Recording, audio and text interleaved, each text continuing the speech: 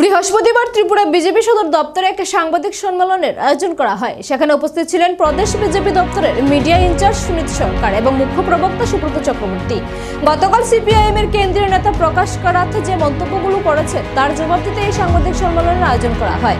মুখ্য প্রবক্তা সুব্রত চক্রবর্তী জানান, প্রকাশ কারাত যে বিমানবন্দরে নেমেছেন সেই এমবিপি বিমানবন্দর আন্তর্জাতিক বিমানবন্দর হবার অপেক্ষায় অত্যাধুনিক সুযোগ সুবিধা সমৃদ্ধ এই বিমানবন্দরে নেমে প্রকাশ কারাতের কি মনে হচ্ছে না ত্রিপুরায় পরিবহন ক্ষেত্রে সত্যি উন্নতি হচ্ছে?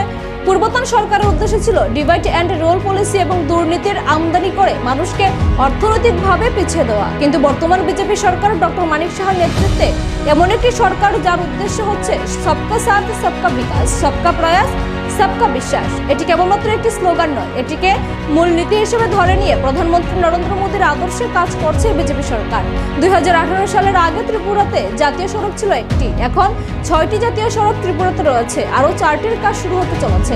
এই ছোট্ট রাজ্যে 10টি জাতীয় সড়ক দেখে প্রকাশ করাতে কি মনে হচ্ছে না রাজ্যে উন্নতি হচ্ছে? ত্রিপুরাতে ডেন্টাল কলেজ, সাংস্কৃতিক কলেজ, কারিগরি বিদ্যালয় স্থাপন, একটা এডুকেশন হাব গড়ে ওঠার অপেক্ষায়। এরপরেও কি তারা বলবেন ত্রিপুরায় কোনো উন্নতি হচ্ছে না?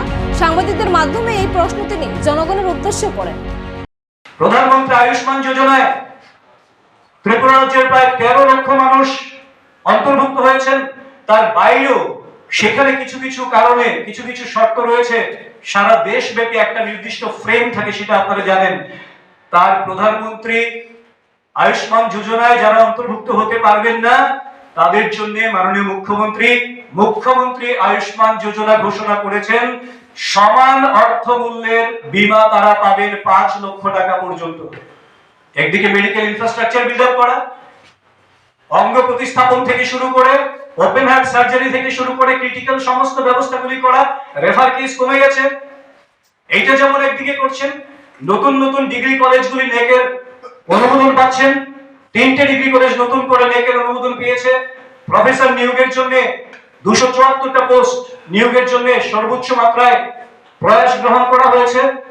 এবং সেই সঙ্গে ত্রিপুরা রাজ্যে শিক্ষা, স্বাস্থ্য, পানীয় জল, বিদ্যুৎ, আজকের দিনে দাঁড়িয়ে লোডশেডিং প্রায় নেই বললেই চলে ত্রিপুরাতে। মাঝে মধ্যে পাওয়ার ড্রপ হতে পারে মেকানিক্যাল বা টেকনিক্যাল কোনো কারণে, কিন্তু লোডশেডিং মুক্ত রাজ্য ত্রিপুরা হয়ে গেছে। এই বেসিক যে মানুষের বিষয়গুলি এবং প্রধানমন্ত্রী গ্রাম সড়ক যোজনায় প্রত্যেকটা গ্রামের ছোট ছোট সড়কগুলিকেও আরো প্রশস্ত করে মানুষের যাতায়াতকে কি করে আরো সুবিধাজনক করা যায় সেই লক্ষ্য নিয়ে যখন কাজ করছেন, একদিকে ইনফ্রাস্ট্রাকচার, একদিকে ইকোনমিক ডেভেলপমেন্ট, একদিকে নতুন নতুন উদ্যমপতি যারা রয়েছেন স্টার্টআপের মাধ্যমে তাদেরকে আরো বেশি মাত্রায় সরকার সাহায্য সহযোগিতা করে রাজ্যে যখন একটা শক্তিশালী অর্থনীতির ভিত তৈরি করতে চাইছেন, আমাদের পরবর্তী প্রজন্মের জন্য একটা শিল্প বান্ধব অবস্থা তৈরি করতে চাইছেন, যার আপনারা দেখেছেন একটা সামিট হয়েছিল, ইন্ডাস্ট্রিয়াল সামিট, যেখানে 81টা মৌ স্বাক্ষরিত হয়েছিল। প্রায় 2800 কোটি টাকার উপর বিনিয়োগ ত্রিপুরাতে হবে এবং সেই কাজ এগিয়ে চলেছে।